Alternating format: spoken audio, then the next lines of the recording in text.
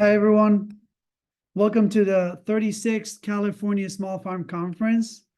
My name is Guido Lois. I am a Communications and Events Manager with CAF, which stands for Community Alliance with Family Farmers.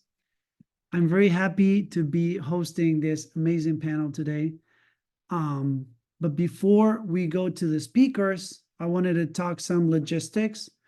First, I wanted to let you know that this workshop is being recorded, and that if you have any questions, we ask you to fill them using the Q&A feature. Should be at the bottom of your screen where you see mute, stop video, all of those options. And if you don't see it, you can go to the three little dots on the right that say more, click over there, and you should see a button that says Q&A. And if you have any comments, you can put them on the chat, but we're asking you to keep those separated so we can keep track of your questions and make sure that we answer them. Finally, I wanted to ask our sponsors for making these possible. And with that, I'm going to give the word to my amazing coworker, Youssef, who will put this together. Thank you, Guido. Yeah, hello everyone. Just to make sure you're in the right space, this is how to sell to schools. My name is Youssef Bouziane. I'm a farm to market senior manager here at CAF, focusing on farm to school. And I'm partnering on this presentation today with my friends from CDFA Office of Farm to Fork, and I'll pass it off to Mireille Park to get us started.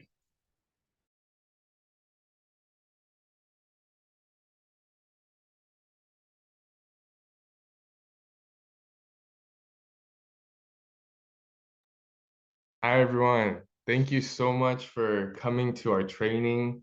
We're really excited that so many producers are interested in entering the school food space. And there's been some big changes as of late in school food. As you see with this plate here, the state is funding scratch cooking and local food purchasing. So there's a lot of opportunities right now to get your food on school plates. So with today's training, we want to help you figure out how to access this. And so I love this picture. It's a perfect summary of farm to school. Not only is Farmer Bob here bringing food to a school, he's also educating students. And so how does this happen? It all starts with the conversation between the farmer and the school.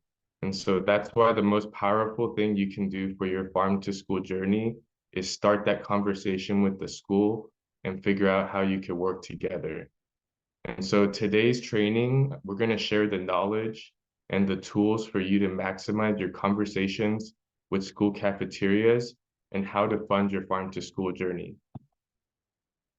So we're going over the essentials today. First, we're going to talk about how to talk to cafeteria managers, how to find cafeteria managers, their contact information, information about their meal program, and we're going to go over how to fund your farm to school journey, all the grants that are available right now. And so my name is Mireille Park. I'm a producer contact for the CDFA Farm to School Network. I'm working in the North Coast region. I'm presenting today with Mike Whammon. He's also a producer contact for the Superior region. He's also co-owner of Hillview Farms. And Youssef Bouziane from CAF, Farm to Market Senior Manager. So that's us. We'd love to learn more about you. So as Guido mentioned earlier, please put your comments in the chat.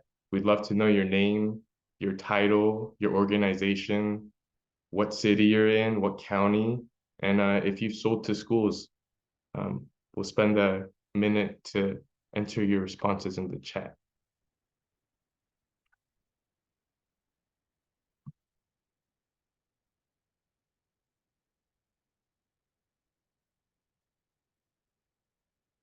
All right.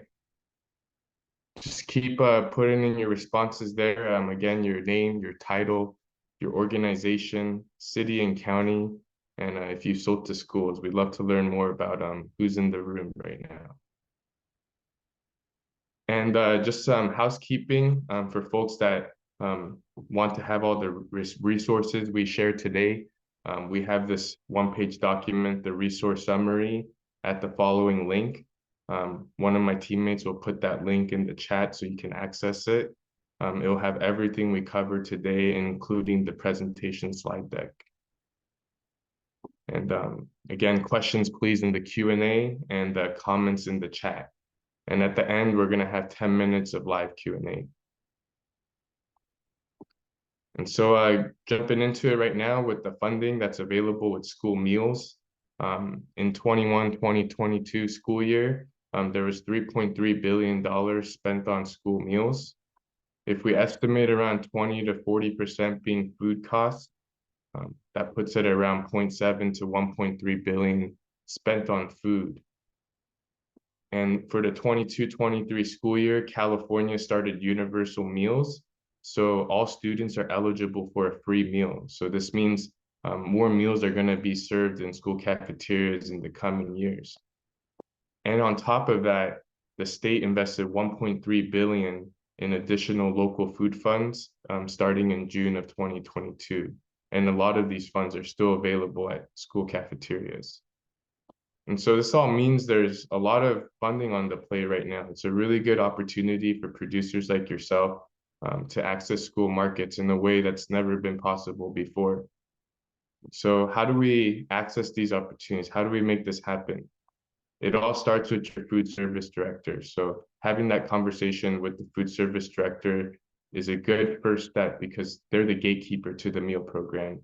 They're gonna know who to talk to for talking to buyers, the processes for you to enter the school market. And so there's 1,319 food service directors in California.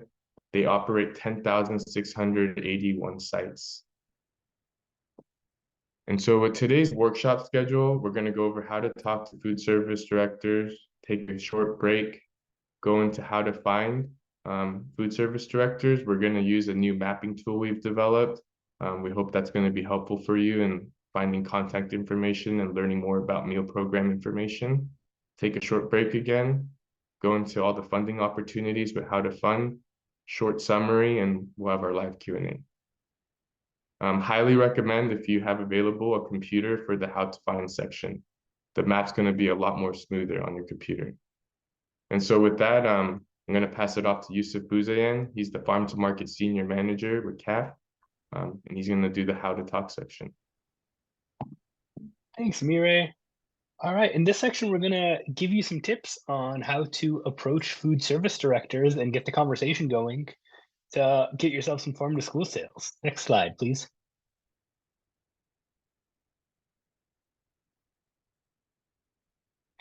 So the first thing you're going to want to think about is your farm even the right fit for farm to school? And really, I would say I think every farm has a role in farm to school. It's just figuring out if you're ready for farm to school and if you're the right fit at that point in time and based on your location and what's going on around you. So the things you're going to want to consider are, first, what products do you produce? Are your products the type of products that are really popular in schools? So let's say, for example, something like strawberries or apricots or peaches, something that's easy to eat. That's going to be really popular with schools, something that doesn't need a bunch of processing. Now, on the other hand, something that needs a lot of processing, let's say butternut squash, for example, that's probably not the best fit for schools, but you can still sell those products to schools, especially if you can get some processing done in advance, and we'll talk a little bit about that.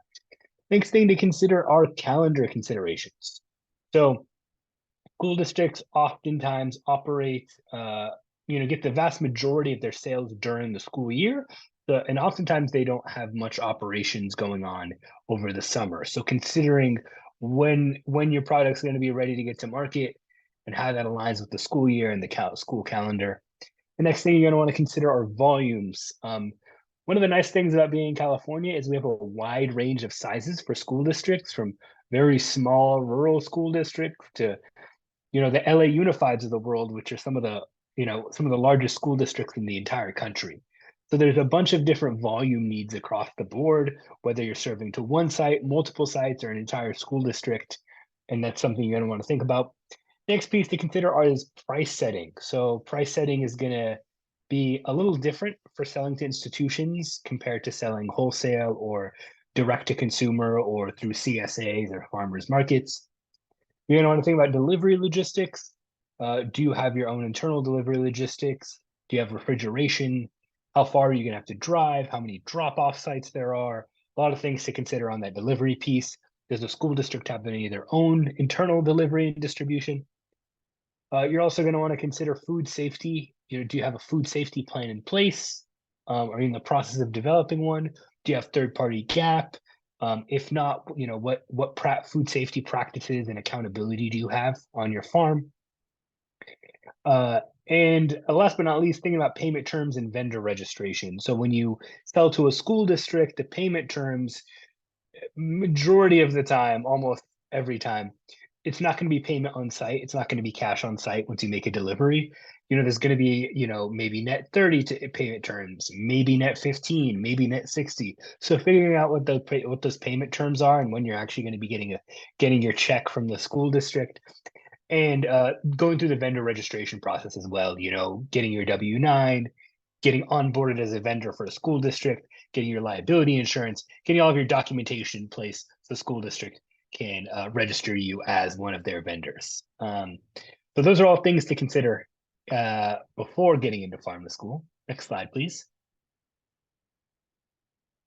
And now I'm going to dive a little deeper into each of those sections.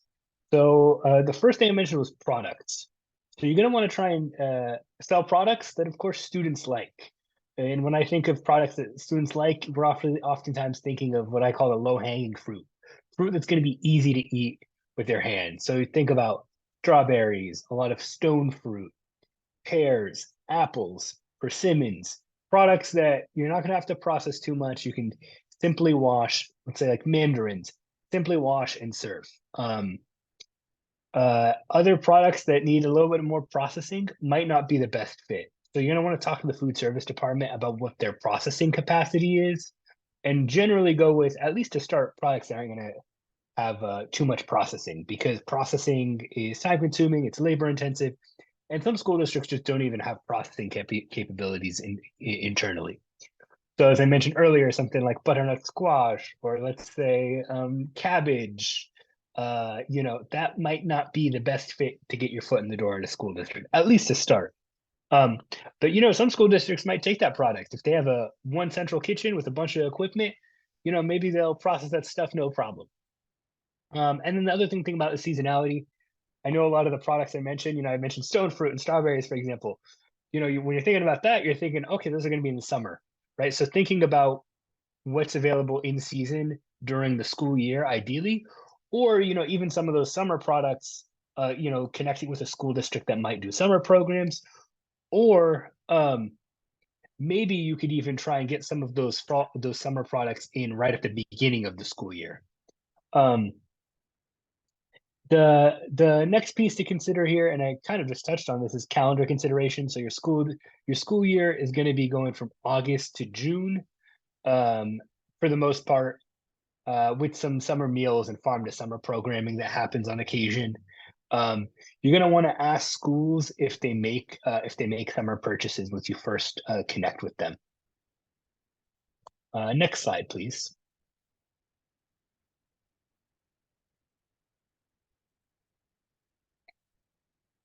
All right, so the next piece to consider is your volumes. Districts in California range in size. As I mentioned, you got some smaller rural districts that might have just one or two sites, and then you have, giant school districts. Think about your LA Unifieds, Fresno Unified, Oakland, all these larger metropolitan areas. So when you're considering your volume, you're going to want to think about the size of the district and if that's compatible with the volume that you're producing. And with some of the larger districts as well, you don't necessarily need to serve to all of their sites, right? I don't think there's one farm that can serve product for all of LA Unified, for example.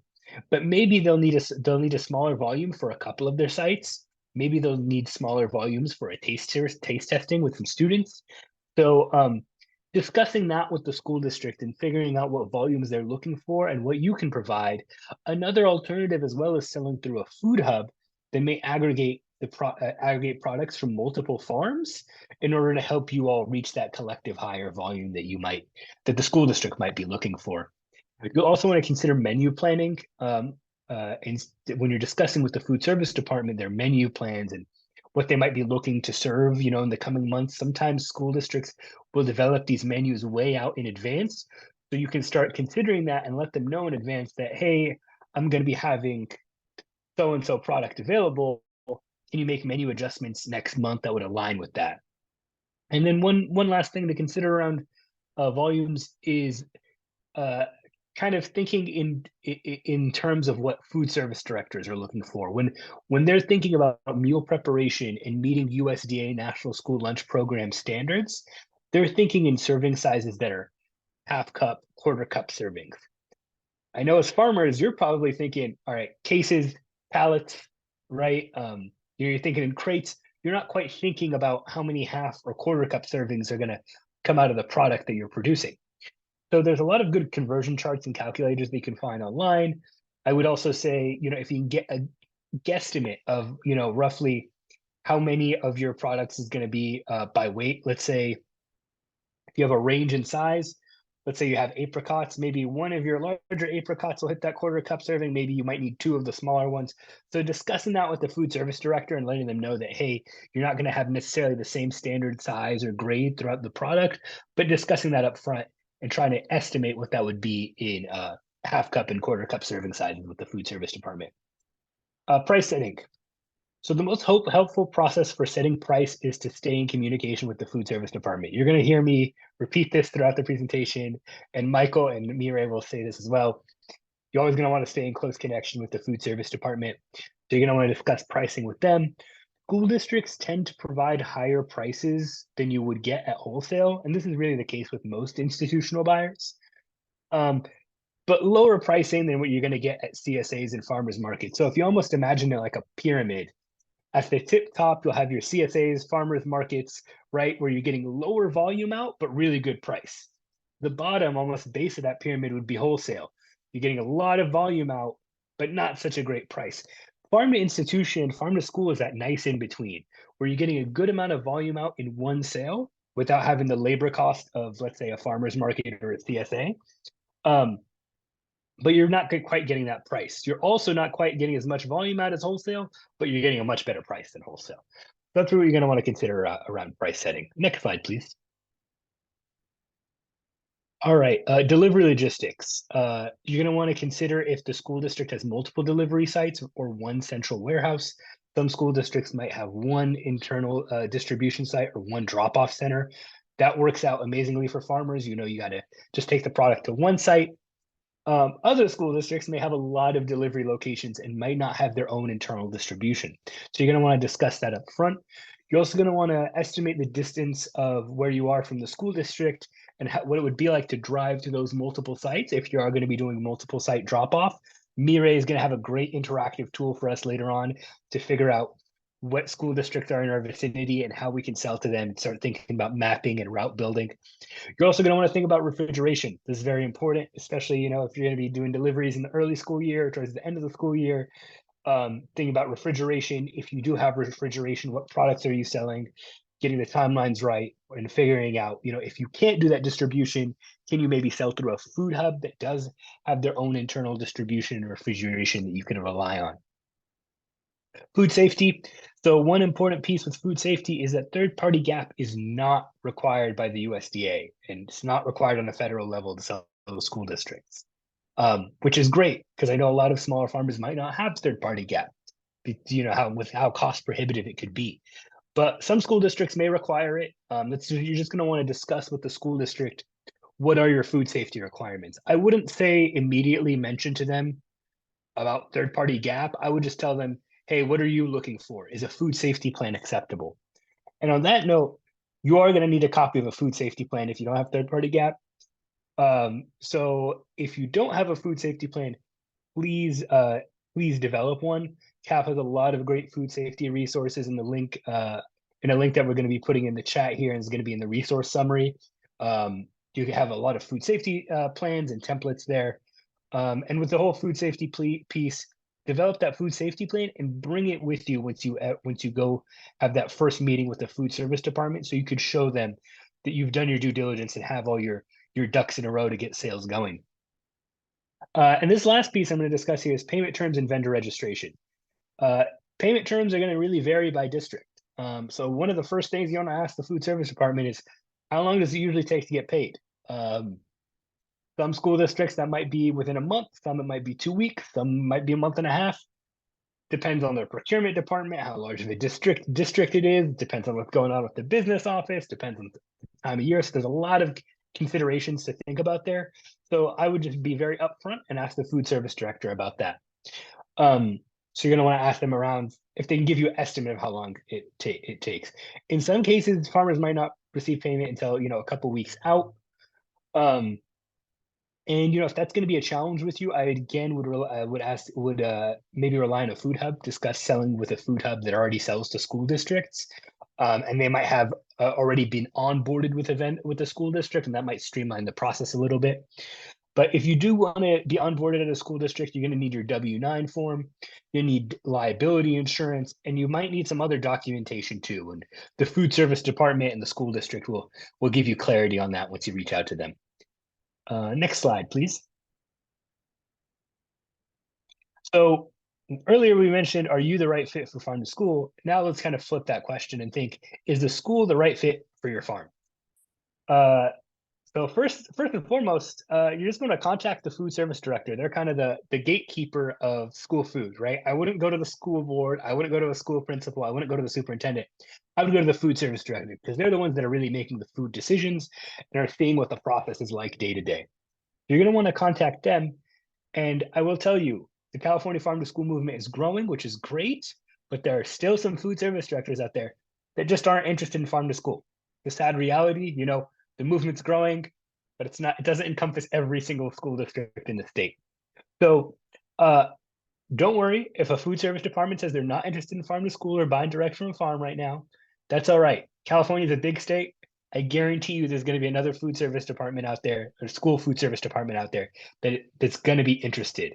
And Mira is going to show us some resources later on how to find those school districts and school districts that might have funding to buy local, school districts that are already implementing farm to school programming. Some of the challenges that schools often see on their side are procurement regulations and purchasing thresholds from the USDA and California Department of Education. They have a lot of kind of paperwork and processes that they need to follow in order to be sure that their procurement is competitive and compliant with the different regulations. Processing is a huge challenge for school districts.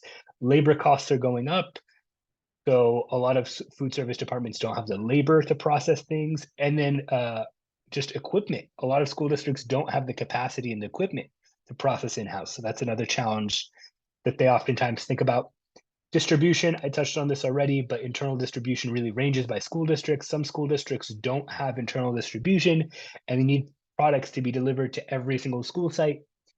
And that, of course, could be a challenge for farmers and is a challenge for school districts.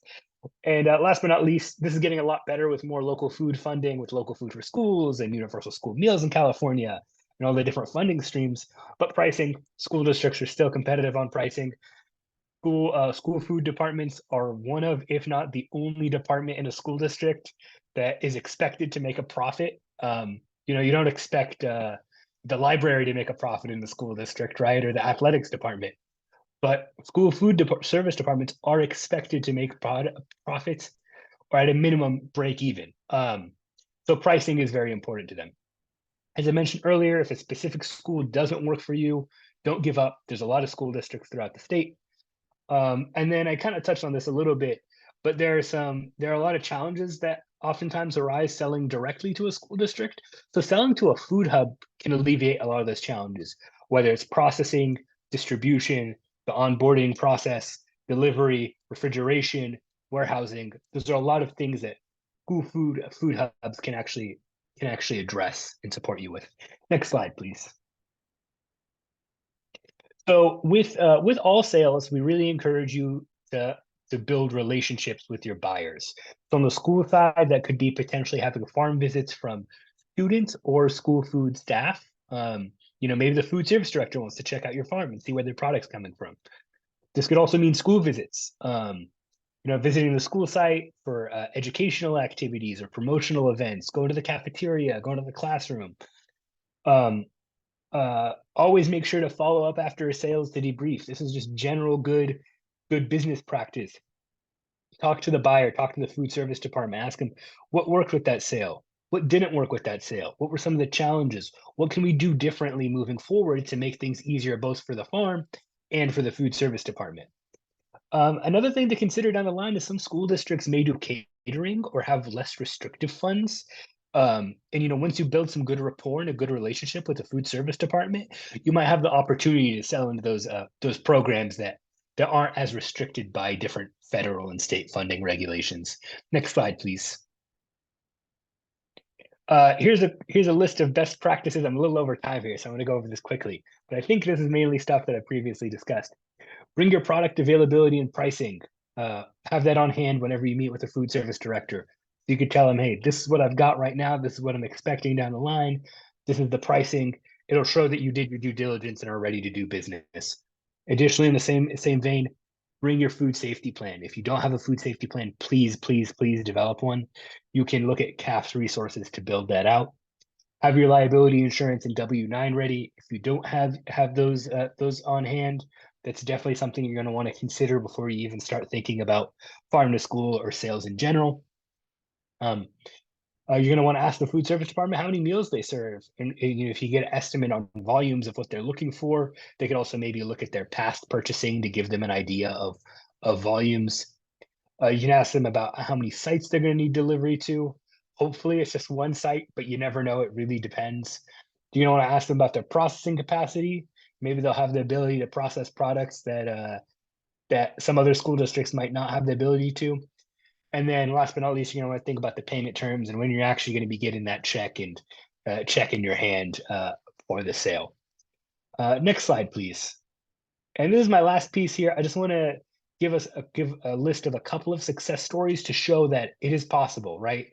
We're at a great point in farm to school here in California where it really is happening, and it's not just theoretical anymore. Fiery Ginger Farm here in the Sacramento area has been selling in Natomas Unified for years now.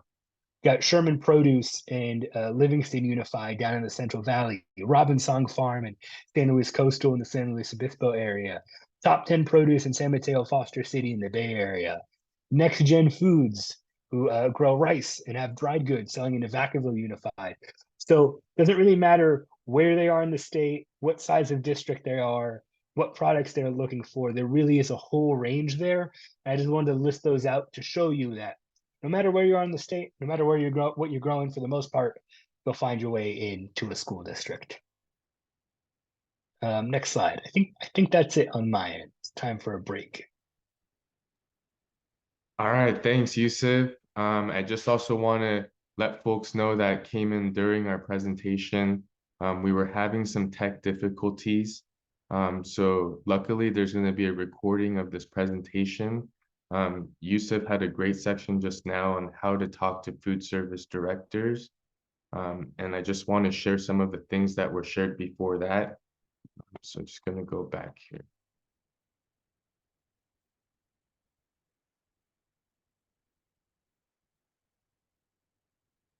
So for those of y'all that want to have access to the resources today, the resource summary, one of my teammates will plug that into the chat, is where you could access the slide deck here, and you can see all the resources we provided today. Questions, please, in the Q&A as we're going through this presentation. We'll be available to help you answer questions. And if you just have some general comments, please put that in the chat. At the end, we'll have a 10-minute live Q&A. And so in my section, introducing this presentation, I just shared that there's a lot of funding right now to purchase locally for school cafeterias, and that the first point of contact is going to be your food service director. And so today we're going to go over how to contact the 1,319 food service directors across the state that operate 10,681 sites. So sites are like elementary schools, middle schools, individual sites. And this is the agenda for today. We're going over how to talk. Yusuf just finished that section. I'm going to enter the next section, how to find, where we'll use a new mapping tool where you can find contact information and information about school meal programs. And Mike Whammond will be presenting on how to fund using grant opportunities in this space.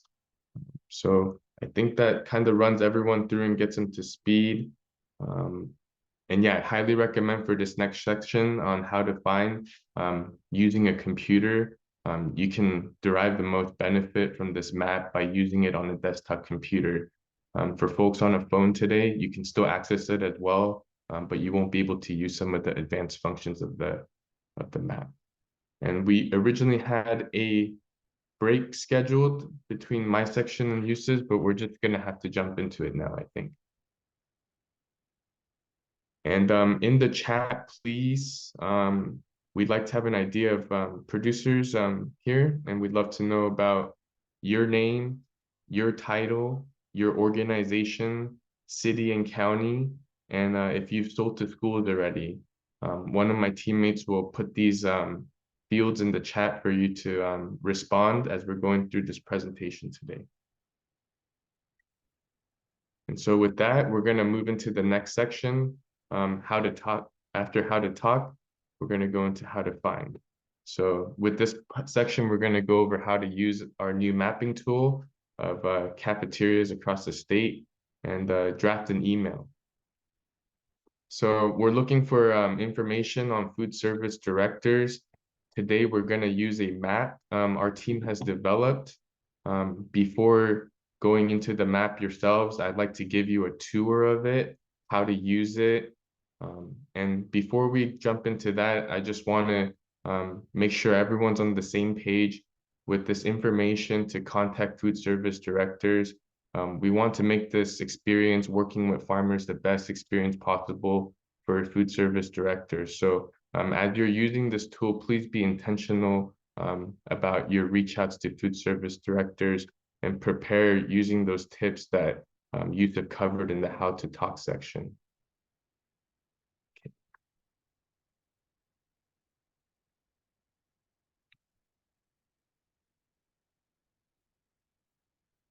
Okay, so we're on the map now.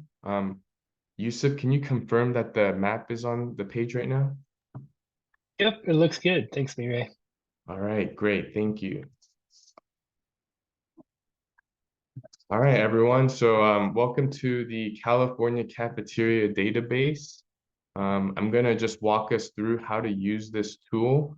There's quite a lot of functions in it that could help you analyze the school market.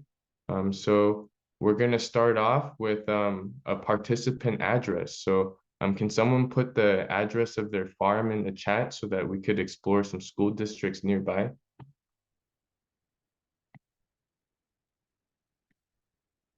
All right, we got one from Mike Whammond. Put that in the map here. So using that magnifying glass here, we're able to enter the address and it zooms us to that location. So once we're here, this is your farm. We're gonna zoom out to see what school districts are nearby. And so all these dots on the map represent food service directors and their meal programs. And I'm gonna just use this tool here to mark where we're gonna look at. So in this top right section, the legend, you'll see the colors. The green indicates that the food service directors received additional funds to purchase local foods. So you can think of it as a declaration that the school district's trying to buy local, and red colored dots, they have not received additional funding. And just keep in mind that even though they haven't received additional funding, they still are reimbursed for their meals. So it could always be a possibility to develop with those programs. And then the size of the dots represent the number of meals served in the 2023 school year. So you'll see here in this version of the map, 5,400,000 meals served is the biggest size of the dots. Everything after that is going to be the same size.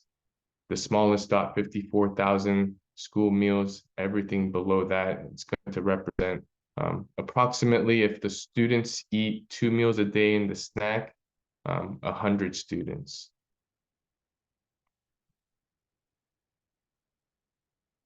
Okay, and so the simplest way to use this map is once you zoom into your address and see the school districts nearby your location, you can start clicking on the dots to see information about the program. So let's see here with this dot right here.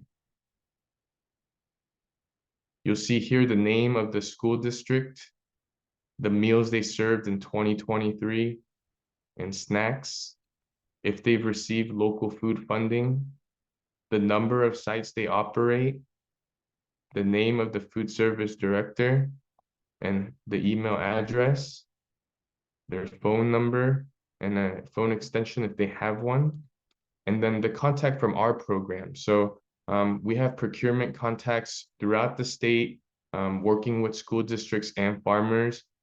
These are going to be people that have really good contacts for the farm to school space in your area. So I highly recommend reaching out to your appropriate CDFA contact from our program as you reach out to school directors. The address of the school district, the city, the county, what type of school it is. So is it a public school district? Is it a Boys and Girls Club? Is it a charter school? This information will be in that field. And deeper breakdown into the meal served numbers, school year meal served, school year snack served, school year milk only sites for those that only just serve milk. These three categories are for meals, snacks, and milk served during the school year. And you'll also see numbers below that for summer meals served and summer snacks served. So this is the simplest way to use the map, as you're just left clicking throughout your area, getting information about the schools.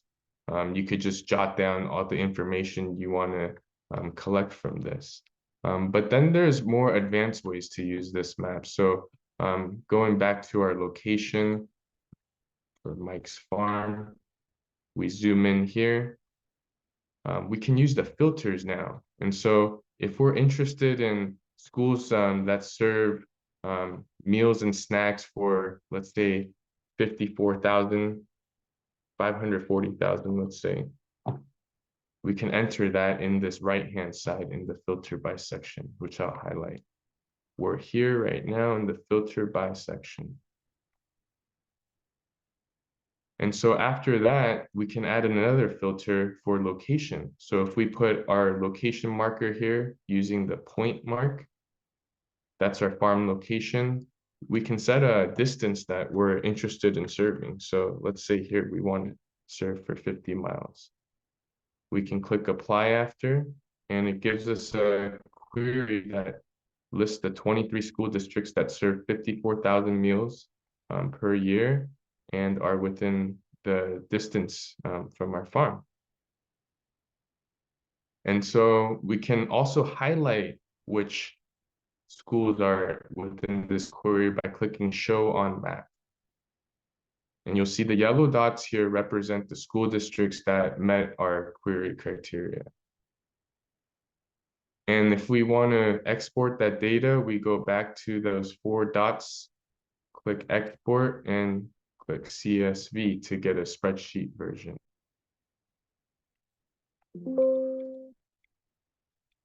And so gonna hop to the spreadsheet that it downloads. You'll see here the 23 school districts that met our query, their respective information on total meals and snacks, all those fields we looked at earlier, just in a spreadsheet form for folks that are more savvy with that approach. Gonna hop back to the map now. And so there's also another layer after using this basic filter. We can filter for specific fields that aren't on this tool. So you saw there were quite a number of fields, summer meals served, number of sites. We can filter for this information by using the set filter option. So we click the 4 circles here, go to set filter, we click add here, click clause to pick the field you want to add. And so let's say we're interested in schools that receive extra local food funding. We can click that as our field. It is, and then the response we want, if we're interested in schools that receive funding, we click yes. And then we click this little toggle up here on the right. And then we click escape. And it's now changed from 23 to 21 because 2 of those school districts didn't have extra school funding. And so if we want to clear these yellow dots from the earlier 23, we click down here, click filter by, delete that, and we can refresh those yellow dots for the ones that meet those additional filter requirements.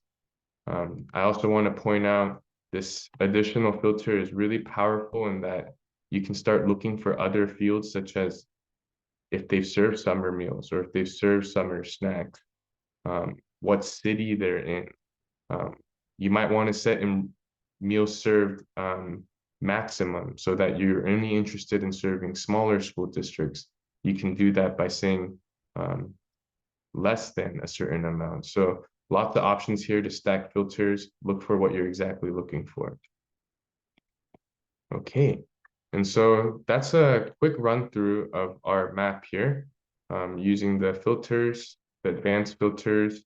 I just want to point out here, there's other options for folks, especially those that have long routes to map school districts along the way for their routes. So on this right-hand side, I picked the route option and I just start clicking through the map along my route on the 8 in this case, let's say, and double click to finish the route. And I can set the buffer distance for that as well. And then that will give me the results along my route that meet the criteria that also added those additional filters we had earlier. And if you just know your boundary already, you're not interested in a buffer distance, you can just make a square using that polygon option I just clicked. Double click to terminate the polygon. You could set the buffer to 0 if you just want it within that polygon. And you can see which school districts meet those criteria you saved earlier. And so these are all the options for using the filters and the advanced filters. If you just like having a spreadsheet of the whole state, you can click on this top right-hand corner here. So I'm going to highlight that. That little button right there is where you can access the whole data set. So here, you left click that. It's going to give you these 3 dots next to legend. You can click export to CSV and that'll download the data for the whole state and you can manipulate that in a spreadsheet for yourself if that's better. And so, yeah, if you ever get lost in this map, we do plan to make some videos kind of walking through it like I just did.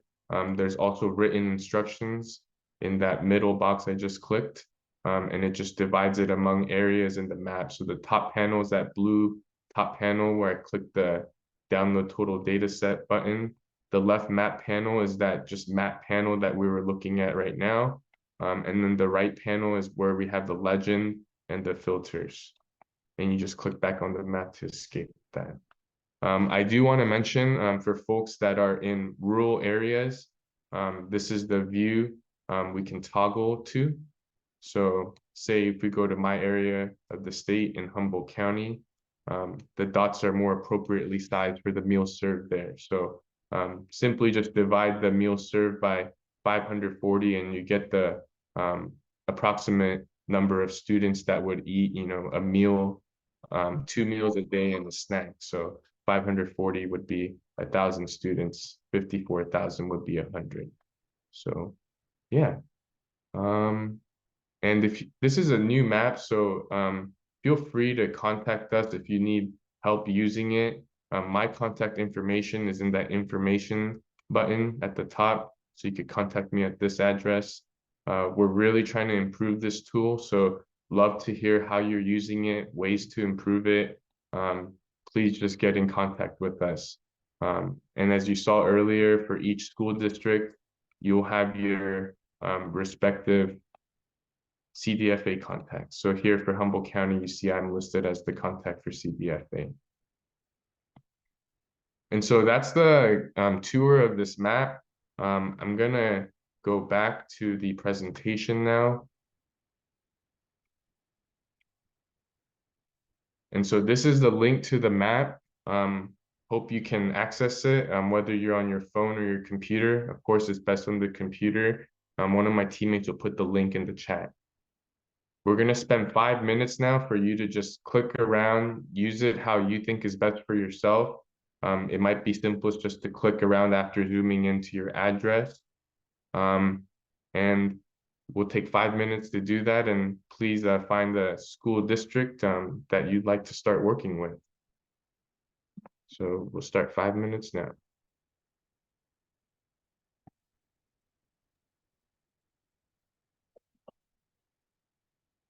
It's me, Ray. While they're looking at that, we do have a question maybe you could answer. Yeah, what's the question? So the question is, does this map also show residential childcare institutions that participate in the school meal programs? Example is juvenile halls. Yes, this has some juvenile halls included as well.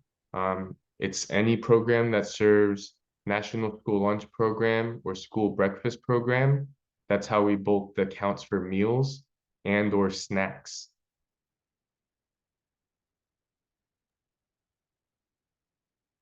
Yeah, that map is awesome. I mean, as a market analysis, it's just incredible to be able to look at a market opportunity and kind of piece together too with the delivery route. Just very, very cool, me, Ray. Thanks, Mike. Yeah, I get Yeah, we got excited every time I see it. yeah, this Mike's kind of really highlighting. This started off as a tool. We wanted to connect y'all with the contact information of food service directors, but it's really evolved into what he calls a market analysis tool. You could see the number of meals the sites are serving, how it spatially interacts in relation to your farm. This could be a really helpful tool going into the future as you try to strategize your entry into farm to school. So again, new tool, really look forward to getting feedback from y'all. Please share with us how you're using it, how it could be better, because that's our job. We're trying to do a better job of connecting you with the schools. Mire, I've got one quick logistical thing. I'm not sure if the links I'm putting in the chat are showing up. I'm gonna just check right now. I see it to hosts and panelists. So I think you have to press the Oh, down arrow and then yeah, I only have hosts and panelists are sending direct to you guys. So okay. I will message Guido to figure that out. Apologies for the inconvenience, everyone. And thank you, Naomi, for putting the chat and the link there. I think our links haven't been going through. Oh, it looks like Guido, you got it. Thank you. Thank you, and thanks for working through the tech with us, y'all. Again, this is gonna be recorded. We have a resource summary at the end that has links to everything we're talking about today. Sorry for if you had to miss the beginning, but you'll be able to access the information from there. And the link to the map right now is in the chat. We have about 2 minutes left for this section, so you know, you don't need to find all the school districts today. Our goal is just to make sure you find at least one so that we can start drafting an email after this section.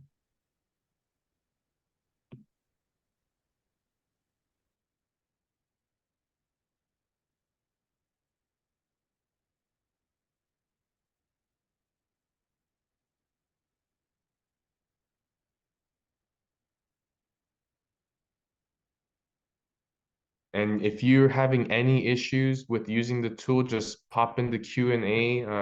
We'll try our best to answer while we can.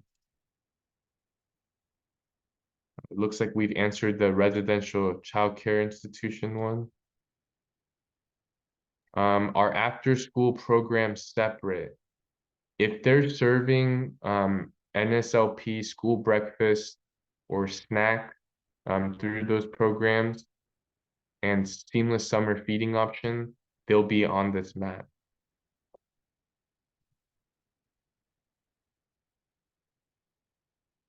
I also want to mention we are working on adding CACFP locations, but collecting the data for that is still under progress. It looks like Laura has a question here on good advice on how to initially reach out to the contact at the food service department at school district.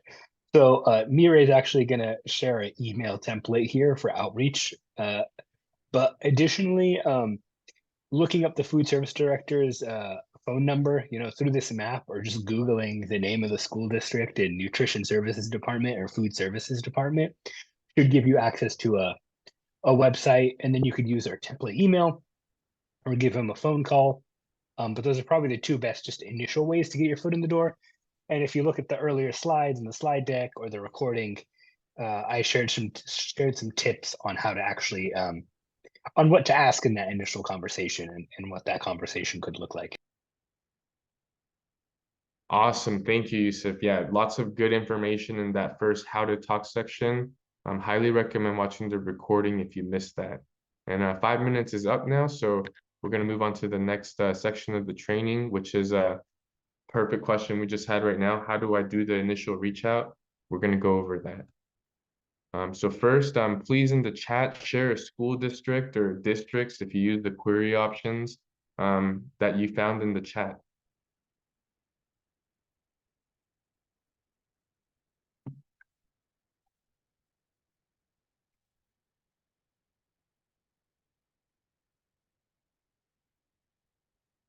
So we got, nice, Laura, Oakland School of the Arts. That's great. Have you worked with them before?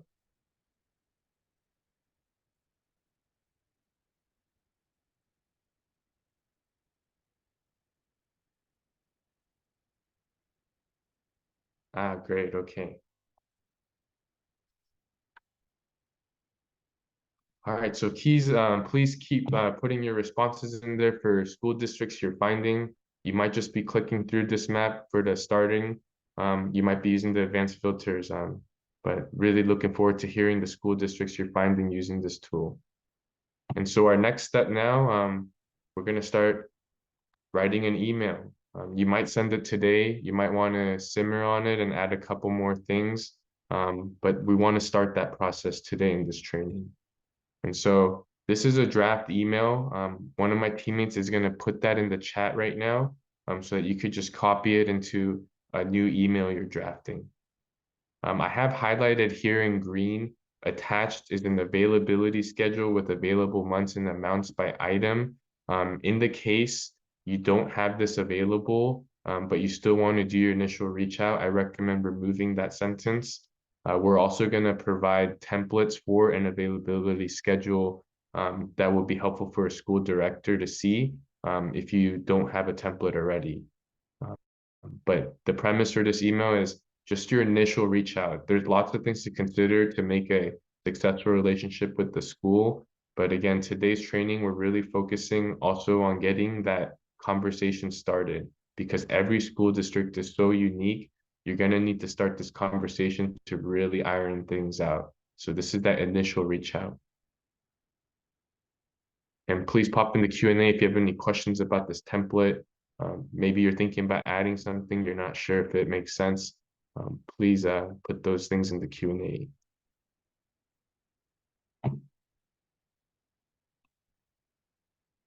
And as I mentioned earlier, the availability template and mail merge tutorials are in the resource summary. I mentioned mail merge here because if you're using a filter and you get 100 school districts that meet your criteria, mail merge is a good option to send out personalized but mass mailings.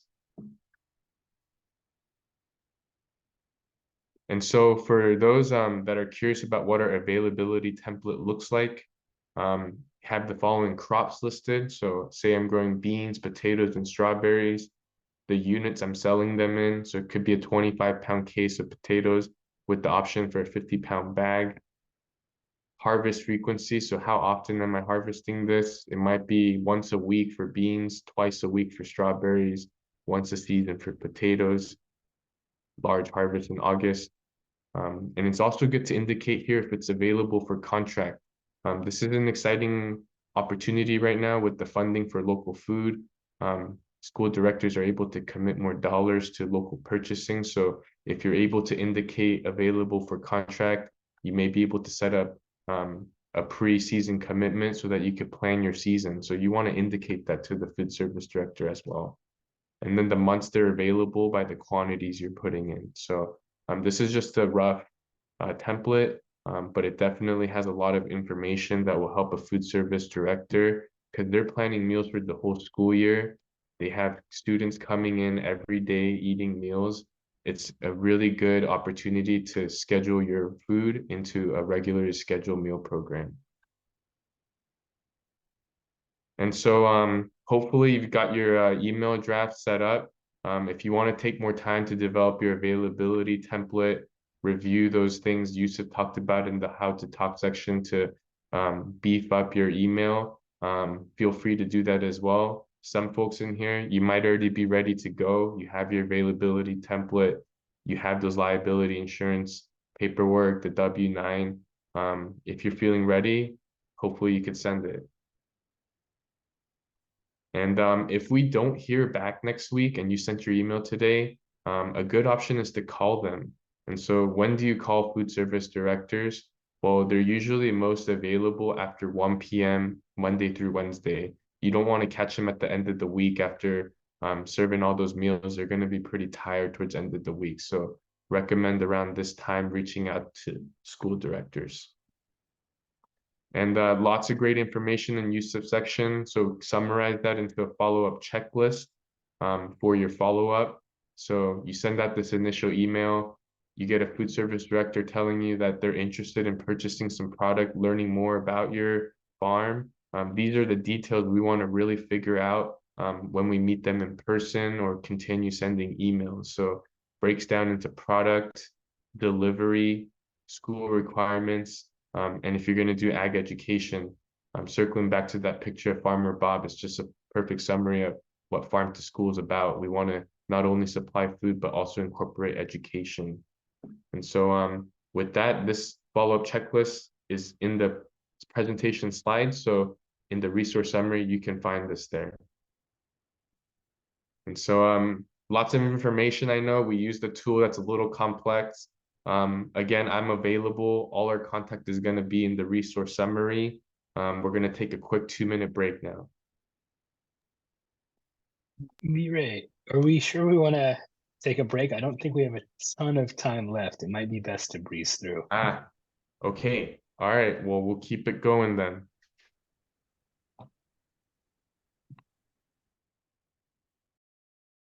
Yeah, thanks everyone. So this is my section on how to fund. We are kind of running out of time and I want to respect everyone's time. Our end time is 4:15 and we want to make sure that we have enough time for questions. So this will be very shotgun style, but I wanted to go over a couple key points of just an overview of funding types and where they are and best practices. And then also to talk about our Farm to School incubator grant that is now open. Next slide.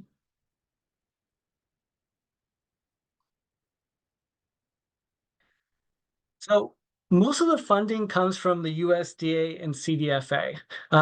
There are private funding as well, like different types of institutions will have fundings, like Raley's or other wholesalers like co-ops will have different types of funding, but primarily most of the funding is through these two organizations, and they're big. So the USDA has over 100,000 employees with 29 different divisions, and the CDFA has 13 different divisions with over 2,500 employees.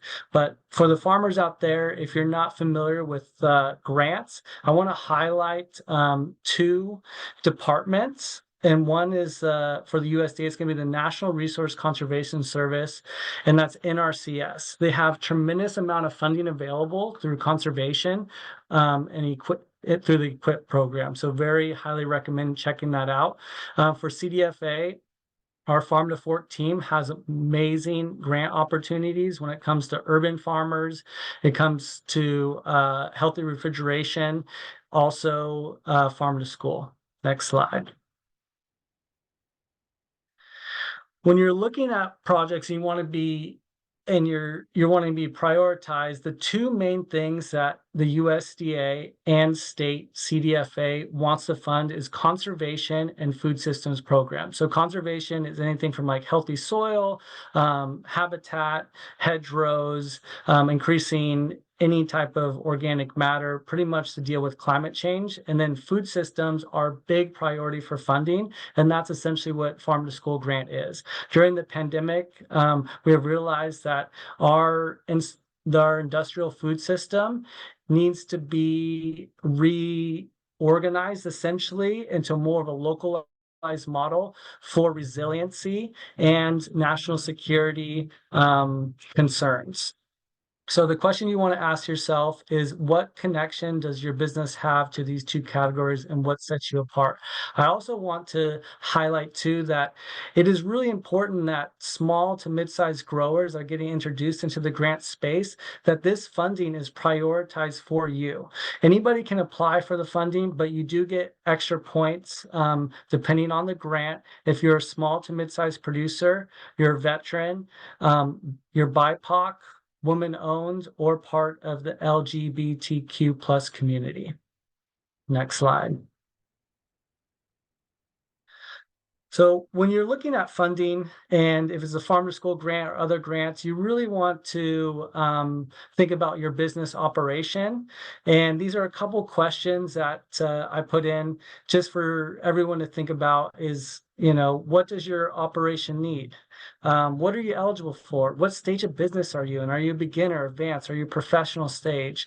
And then the most important thing is really knowing your cost of production. When you're starting to apply for like food system grants, like the farm to school one, you want to know if this is going to be right for you. If you're going from a farmer's market or a direct sale business operation to more of a wholesale, knowing your cost of production is going to be absolutely key for you to stay in business. So that's something really big to consider. Next slide.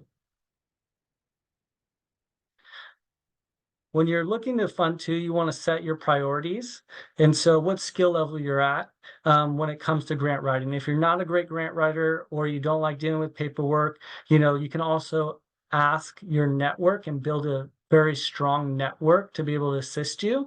And that's going to be in the network partnership list. Some of the best networks are going to be the NRCS, UCCE, RCD, CAF, CDFA, and ATRA for helping farmers to apply. Also think about setting up a document and filing system. When you're looking to apply for these grants, something simple as setting up a Google Doc so you don't have to recreate all your information over and over again so you can keep on applying for these grants. Because in the future, there will be more funding for those two top priorities when it comes to conservation and food system grants. Next slide. When you're looking for grants, these are the three best websites to kind of look at. And the two top ones, the USDA and CDFA, are hard to navigate. Most government websites have so much information, so I have these here for quick links.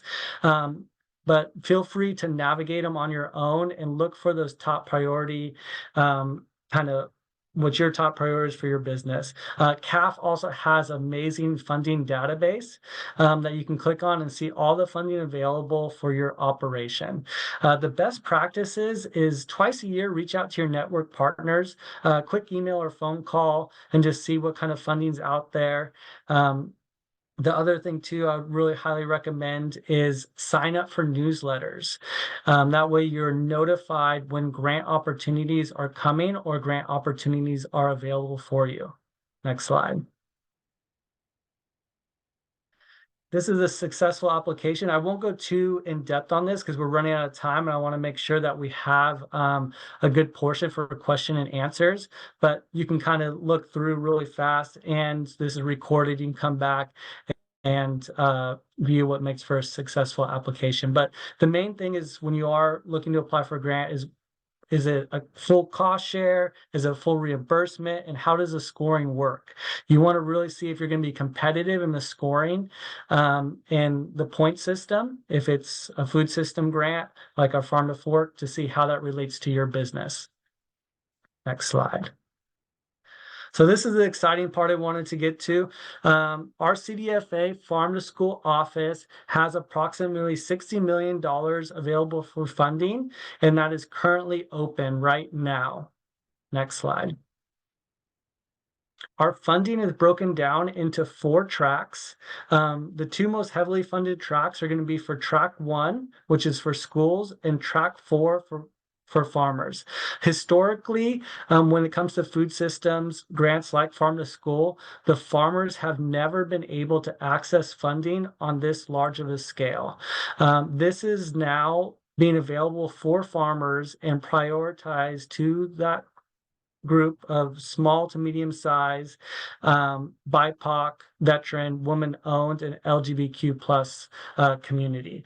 So the grant opportunity right now is it's a 2-year grant worth up to, this is for track 4 for producers, is a 2-year grant worth up to $350,000, and the application period ends April 4th. So I highly recommend clicking on our website and checking out the link to get more information, because this amount of money is pretty amazing. The allowables are absolutely great, and it can pretty much be geared toward any type of your operation, with the high priority for growers to be able to increase their capacity to sell to schools.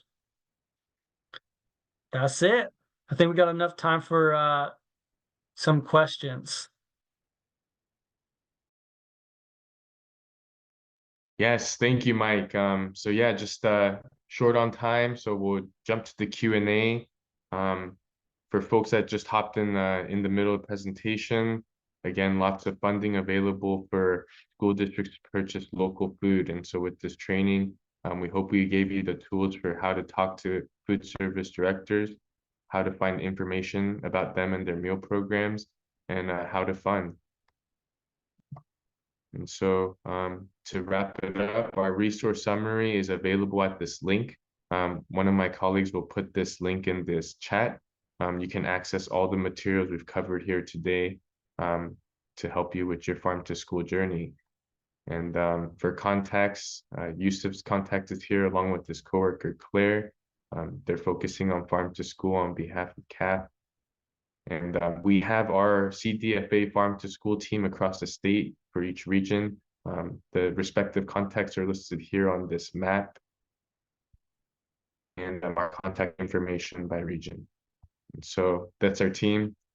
Really excited that y'all are interested in entering the farm to school space. And we'll wrap it up with some Q&A until I think we have to 4:15. Is that right, Yusuf? We've got 5 minutes. 5 minutes. Yeah, please put your questions in the chat. It looks like there's a couple in the Q&A here. Just put in the Farm to School Incubator Grant link. Let's see. Quentin asked a question around, do most directors like in-person meetings and to see samples? I like a lot of these questions, it depends, but samples are always great. It'll show that your product is higher quality than what they're probably already getting. The in-person meeting part really is going to depend on the food service director's schedule and their timing, but I definitely think it's a good idea to reach out and at least give that opportunity. Yeah, totally agree with Yusuf. It just depends on that relationship direct with the food service director. They're all very unique programs. Do we have any other questions to get through? Sheena had a question here, and I think you could answer, Mireille. It says, does the map tool or other tools have a filter based on what products the school's looking for? So, for example, if a school district wants apples, I don't think that's the case, but you would be able to answer better than me. Yeah, we don't have that information yet. Maybe in some distant future we'll have that, but right now we don't. I would recommend still reaching out and just figuring that out directly with the director, kind of similar to the earlier answer. Carmen has a question. Hi, Carmen. It's been a while. I hope you're doing well. But what is the biggest hurdle that small farmers encounter in farm to school contracts? I would say delivery, if there's several delivery sites. Processing is a big hurdle. And then for contracts, establishing long-term contracts. So there's purchasing thresholds for school districts where they might be able to do 1 or 2 or 3 one-off purchases, but trying to contract you longer term is going to be more of a competitive procurement process. that we can share more information about with you in follow-ups. That's probably more of like a level 2 follow-up to this discussion. But procurement regulations, distribution, and processing are probably the big 3 in my opinion. I also want to mention in the past, it's probably been funding to purchase local food. So just want to highlight there's been a lot of money invested by the state to fund local food purchasing. So the story is very different now. If it hasn't gone well in the past, I highly recommend revisiting this topic. Looks like Naomi has a good question here for you, Mireille.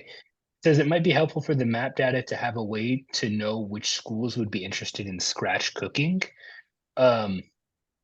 Is there a way to know which schools are interested in scratch cooking based on that map? Also, it says here if they could know which schools are working with Chef Ann Foundation.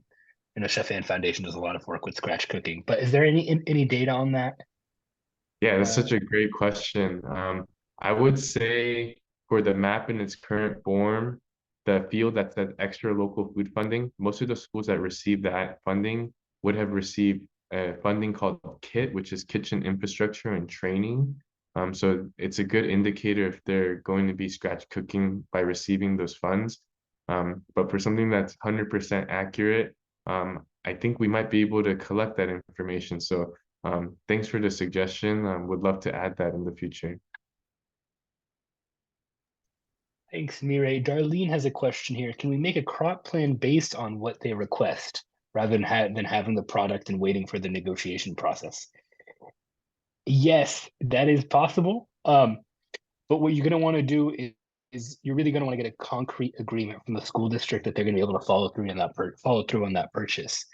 So, a handshake deal is great, but maybe something like a memorandum of understanding or some sort of a reassurance that they're going to follow through and make the purchases based on your crop planning. So I would say that's probably something to do once you build some more rapport, maybe once you have a couple of sales and you know the kind of flow of the school district and what it's like to make the sales, then you could think about crop planning. I wouldn't crop plan after the first meeting with the school district, but that's my opinion. I also want to mention the education departments increased the amount for micro purchasing by schools, which anything above that would require a formal bid process. So being familiar with that, I believe it's 50,000 right now, right, Mike? Yeah, 50,000 is the micro purchase threshold. And then informal purchase, anything under 250, you don't have to go to a formal bid. And so in those cases, memorandum of understanding, where it's not so much of a formal contract per se, but a good faith commitment between you and the school, those could be good options for setting those contracts up. And then we're out of time. Okay. Yeah, so if you have any questions, please get in contact with us. All our contact information is in that resource summary in the chat. We'd love to help you figure out your farm to school journey. So thank you so much for attending today. And for any questions we missed, we can send follow-up answers over email or email us directly if you have questions. Awesome. Thank you so much, guys. That was a great presentation. I'm sorry for the inconvenience at the beginning for people that couldn't join, but Mireille and Yusuf and Michael shared we will share the recording. And there will be emails with resources and so on. And yeah, it looks like people are super grateful as well for this really informative session. So yeah, we'll make sure you keep receiving information. Thank you again to all the speakers and thank you to all the attendees. There's more workshops coming. So I'm going to play a video and we'll see you on the next one.